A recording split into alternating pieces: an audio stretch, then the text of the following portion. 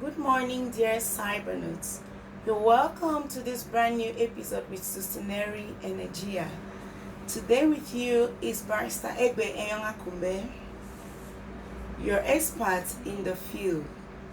I am going to bring to you a different topic today. We'll talk about what to be expected when we are dealing with a very certain mining exploitation.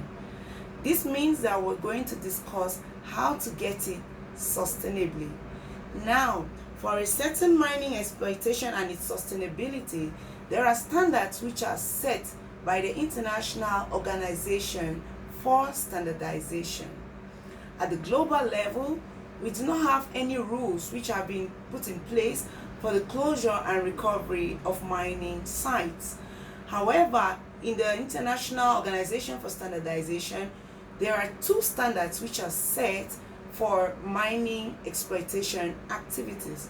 We have the very first standard, which is headed by Reinhard Reinhardt. Reinhard Reinhardt sits as the president of the International Standardization Organization standard, which pertains to mining exploitation. This standard is ISO/TC82. Secondly, we have another standard which has to do with closure and restoration of mining sites. For closure and restoration of mining sites, we have Professor Sun Jun Kim. Professor Sun Jun Kim is the president in charge of this particular standard, and then this standard has to do with seeing to it that the closure and restoration of mining sites has some principles which are laid down and followed. This particular standard is ISO/TC82/SC7. This said, we are going to see how the International Organization for Standardization carries out its functions. In order to carry out its functions, the International Organization for Standardization has created subcommittees. These subcommittees see to it that, firstly, they elaborate the international standards for closure and exploitation, just as we had mentioned before. Now we're just getting to understand that ISO/TC82/SC7 functions under a subcommittee in the region that is carrying out the exploitation exercise. Now, we also have another function of this subcommittee. It has a role of limiting the possible damages which the company could create on that environment in the long run. Thirdly, the subcommittee sees to it that it ameliorates the quality of life of the indigents.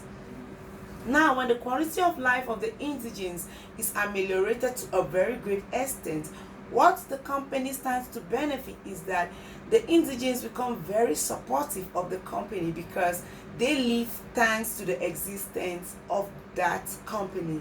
So, in a way, we are faced with a win-win situation. While the indigents are benefiting from the company is benefiting from peace and tranquility and actually a peaceful execution of their duties in that environment. With this, we come to the end of how restoration management takes place. However, it's important for us to bring to you this idea. Restoration management does not begin the moment exploitation starts. Restoration management activities start being carried out even when the exploration phase is still on the move. So as far back as when it's still exploration, the subcommittee is set up by the International Organization for Standardization.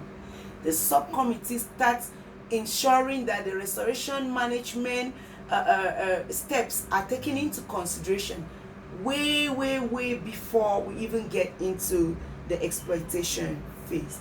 Now, it's noteworthy that you remember, dear Cybernaut, that I had first made mention of the fact that at the global level, we do not have set down rules or lay down rules for recovery and or for restoration and closure of mining sites. So it's important you get to know how exactly this ISO intends to carry out its functions of closure and restoration of mining sites. Now, the subcommittee is usually implanted at the regions where we find our mining sites.